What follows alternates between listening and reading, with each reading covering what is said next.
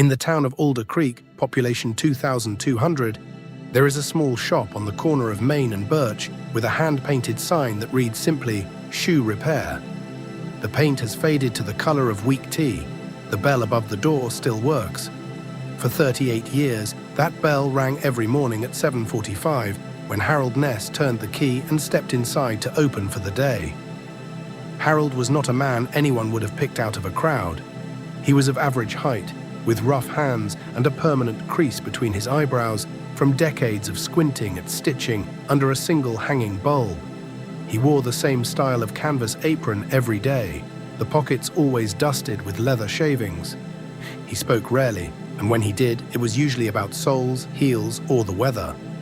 He was born in 1951, the second of 4 children, to a father who worked the rail yard and a mother who mended clothes for half the town for extra cash. Harold learned to sew before he learned to ride a bicycle. By age 12, he could resole a boot better than most grown men in Alder Creek.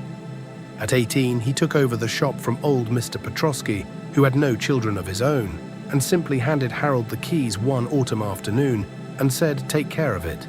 The shop itself had not changed much since Mr. Petrosky's day. A long wooden counter ran along one wall, scarred with decades of nicks from awls and knives. Behind it stood the old cast-iron sole press, painted black, that Harold oiled every Sunday evening, whether it needed it or not. The shelves held rows of shoes in various states of repair, each tagged with a small paper ticket in Harold's cramped handwriting. Regulars did not need to give their names. Harold remembered every pair of feet in Alder Creek and often greeted people by describing their shoes before he ever looked up at their faces. Harold married Mabel Dunning 2 years later, in the spring of 1971. Mabel worked at the elementary school as a teacher's aide, and together they lived in a modest 2-bedroom house 4 blocks from the shop. They never had grand ambitions. They wanted a paid-off house, a garden, and enough put aside that neither of them would ever be a burden to their children. It was Mabel, in fact, who first suggested they open an investment account. She had read an article in a magazine at the library about a man who retired comfortably, not because he earned a fortune, but because he never stopped putting a little bit away, year after year, into the stock market as a whole, rather than trying to pick winners. Harold was skeptical. To him, money you couldn't hold in your hand felt like money that didn't exist. He trusted leather, thread, and the weight of a well-made heel in his Mabel did not argue with him directly. Instead, she brought the magazine article home 3 separate times over the course of a month, leaving it on the kitchen table, then on the arm of his chair, then finally reading a portion of it aloud to him one evening while he sharpened his cutting knives at the counter. The article described ordinary workers, teachers and clerks and tradesmen who had built modest fortunes not through clever timing, but through simple, boring consistency. Harold set down his knife and for the first time listened all the way through. In 1973, they opened their first account with $50 a month, directed into a broad market index fund. Palm, not columns of numbers printed on a $50, was not nothing to a cobbler and a teacher's aide in the 1970s.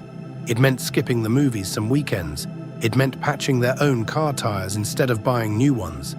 But Harold and Mabel treated that $50 like a bill that had to be paid, the same as the electricity or the mortgage. It left their account on the first of the month before they had a chance to spend it on anything else.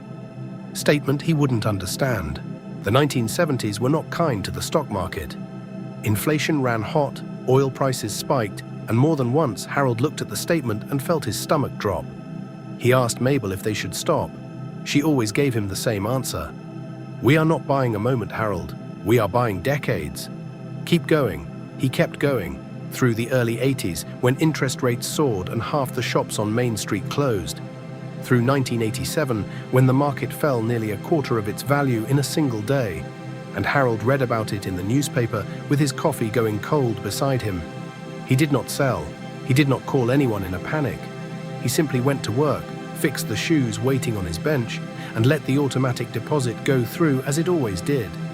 By the early 1990s, Harold and Mabel had 2 children, a boy named Peter and a girl named Ruth. The shop was doing steady, unspectacular business. Harold increased his monthly contribution as his income allowed, first to $75, then to $100, then eventually to $200 a month by the end of the decade. He never chased a hot stock. He never listened to the men at the diner counter who bragged about doubling their money on some company they'd heard about. He put his money into the whole market, reinvested every dividend without exception, and went back to his workbench. By the early 1990s, Harold and Mabel had 2 children, a boy named Peter and a girl named Ruth. The shop was doing steady, unspectacular business. Harold increased his monthly contribution as his income allowed, first to $75, then to $100, then eventually to $200 a month by the end of the decade. He never chased a hot stock. He never listened to the men at the diner counter who bragged about doubling their money on some company they'd heard about. He put his money into the whole market, reinvested every dividend without exception, and went back to his workbench. Then came 2008. The financial crisis hit Alder Creek hard. The mill on the edge of town laid off nearly half its workers. Foreclosure signs appeared on streets that had never seen one. Harold's own shop slowed to a crawl, some weeks barely covering the rent. His retirement account, which had taken 35 years to build, lost nearly 40% of its value in a matter of months. Mabel later said it was the only time she ever saw him lose sleep over money. But he did not withdraw a single dollar. He did not stop the automatic deposit. Some nights that winter, Mabel found him sitting at the kitchen table long after she had gone to bed. The statement spread out under the lamp, his reading glasses pushed up on his forehead. He never said much about what he was thinking during those hours. In the morning, he simply went back to the shop and opened at 7:45, as he always had, when his younger brother, panicked and certain the whole system was collapsing, sold everything near the bottom of the crash. Harold quietly did the opposite. He used a small tax refund that year to buy more shares of the same index fund at prices lower than he had seen in a decade. He told no one about it, not even Mabel, until she noticed the confirmation slip tucked inside his desk drawer months later. It was not bravado, it was simply what 35 years of habit had taught him to do. The recovery came, as it always had before.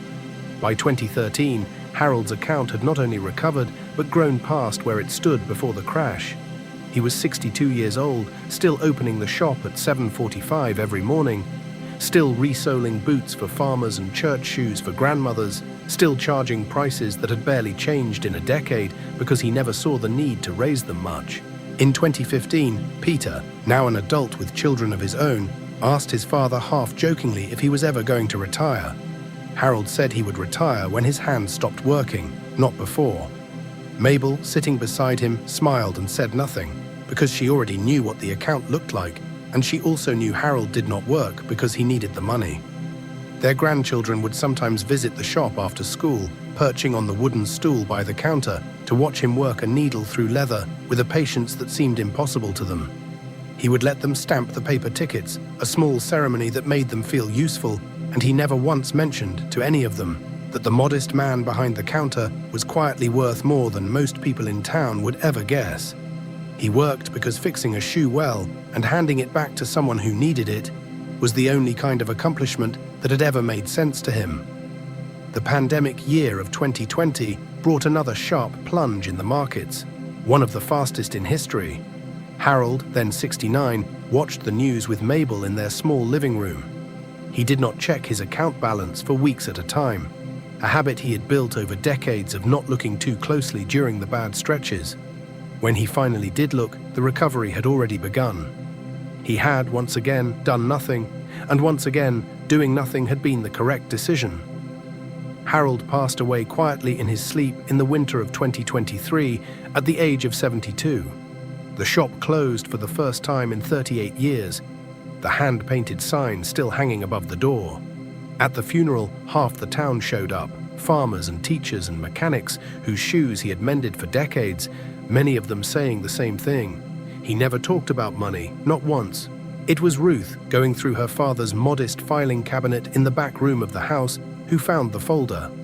Inside was a single continuous statement, decades of contributions, decades of dividends reinvested without exception, decades of a man who never sold in a panic and never chased a trend.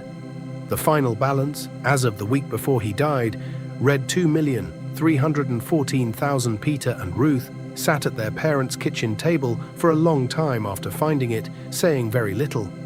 Their father had driven a truck that was older than some of his grandchildren. He had worn the same 3 flannel shirts in rotation for as long as either of them could remember. He had never once mentioned a number like that, not at Christmas, not at a graduation, not even when Peter had once, gently, worried aloud about his own retirement savings. Dollars. Mabel, when they showed her the statement, was not surprised. She had known the number roughly for years. What she said to her children that afternoon has stayed with them since. Your father never believed money was something you talked about. He believed it was something you built, quietly, one ordinary Tuesday at a time, for as long as you were willing to keep showing up. The family used a portion of the account to endow a small scholarship at the Alder Creek High School for students pursuing trade skills, the kind of work Harold had spent his whole life doing with his hands. The rest Mabel kept, living comfortably and without worry for the first time in a life defined by careful restraint.